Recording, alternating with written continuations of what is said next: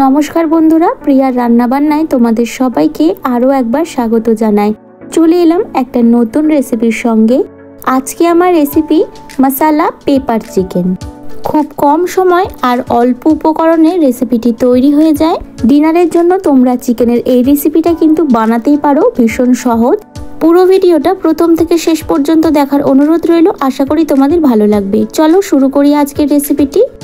এখানে আমি 400 গ্রাম পরিমাণে বোনলেস চিকেন নিয়েছি। চিকেনটা এরকম কিউব করে কেটে নিয়েছি। তোমরা এখানে উইথ বোন চিকেনও ব্যবহার করতে পারো। চিকেনটা এবার ম্যারিনেট করে নেব। দিচ্ছি পরিমাণ মতো লবণ, হাফ চা চামচ পরিমাণে আদা রসুন বাটা আর সামান্য গোলমরিচ গুঁড়ো, আর দিচ্ছি হাফ চা চামচ পরিমাণে লঙ্কার গুঁড়ো। দেব 3 চামচ পরিমাণে টক দই আর কিছু কারি পাতা হাত দিয়ে একটু ছিঁড়ে দিয়ে দেব, তাতে কারি পাতার ফ্লেভারটা ভালো আসবে।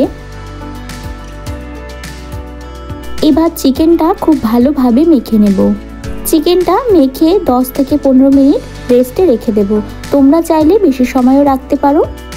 এবার একটা মশলা বানিয়ে নেব। গ্যাসে কড়াই বসিয়ে কড়াইটা খুব ভালোভাবে গরম করে নিয়েছি।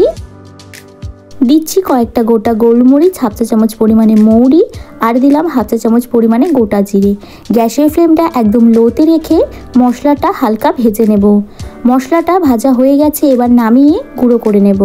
এবার কড়াইতে দিয়ে দিচ্ছি বেশ কিছুটা পরিমাণে সর্ষের তেল। তেলটা হাই হিটে খুব ভালোভাবে গরম করে নেব।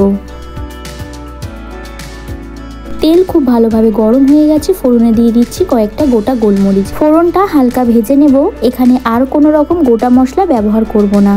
এখন দিচ্ছি কয়েকটা কারি পাতা। গ্যাসের ফ্লেমটা একদম লোতে রেখে কারি পাতা ভেজে নেব। হাই ফ্লেমে দিয়ে কারি পাতা ভাজলে কারি পাতা পুড়ে যাবে। কারি পাতাটা হালকা ভেজে দিয়ে দিচ্ছি পেঁয়াজ কুচি। এখানে দুটো বড় সাইজের পেঁয়াজ ব্যবহার করেছি। এবার গ্যাসের ফ্লেমটা হাইতে করে দিয়ে পেঁয়াজটা খুব ভালোভাবে ভেজে নেব।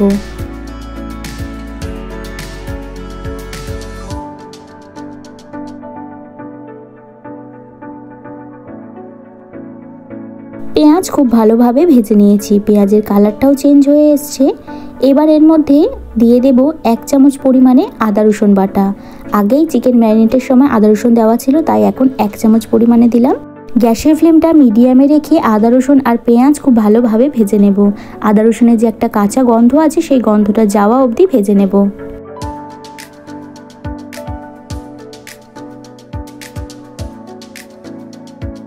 এক থেকে 1.5 মিনিট সময় ধরে আদা রসুন ভেজে নিয়েছি।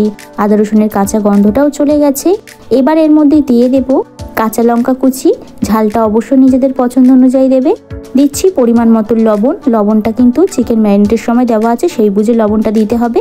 দিলাম হাফ চা চামচ পরিমাণে হলুদ গুঁড়ো আর দিলাম 1 চা চামচ পরিমাণে কাশ্মীরি লঙ্কার গুঁড়ো। এইবার গ্যাসের ফ্লেমটা একদম লোতে করে দিয়ে মশলাটা খুব ভালোভাবে মিশিয়ে নেব।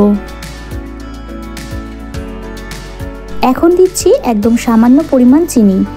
মশলা ভালো মতো কষানোর জন্য দিচ্ছি সামান্য পরিমাণ জল। এবার খুব ভালোভাবে মিশিয়ে গ্যাসের ফ্লেমটা একদম লোতে রেখে মশলাটা খুব ভালোভাবে কষিয়ে নেব।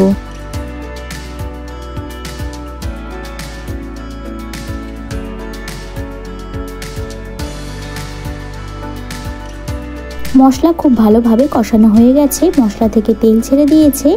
এবার এর মধ্যে আমি ম্যারিনেট করা চিকেনটা দিয়ে দেব। গ্যাসের ফ্লেমটা মিডিয়ামে রেখে মশলার সঙ্গে চিকেন খুব ভালোভাবে মিশিয়ে নেব।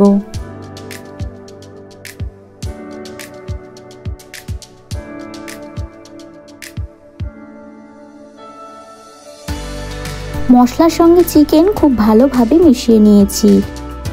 এবার ঢাকা দিয়ে মিনিট 5 সময় ধরে চিকেনটা কষিয়ে নেব।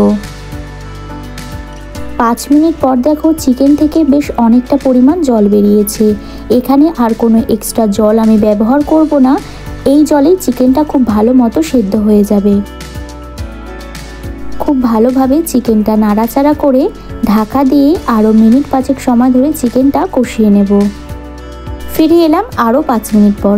চিকেনটা দেখো কতটা সুন্দর দেখতে হয়েছে আর কালারটা কতটা সুন্দর এসছে। আর চিকেনটা মোটামুটি 90% মতো সেদ্ধ হয়ে গেছে। আবারও 2 থেকে 3 মিনিট ঢাকা দিয়ে চিকেনটা রান্না করে নেব। ফিরে এলাম 3 মিনিট পর। চিকেনটা একদম রেডি হয়ে গেছে আর কালারটা ভীষণ সুন্দর এসছে। আর চিকেনটা খুব ভালোভাবে সেদ্ধ হয়ে গেছে।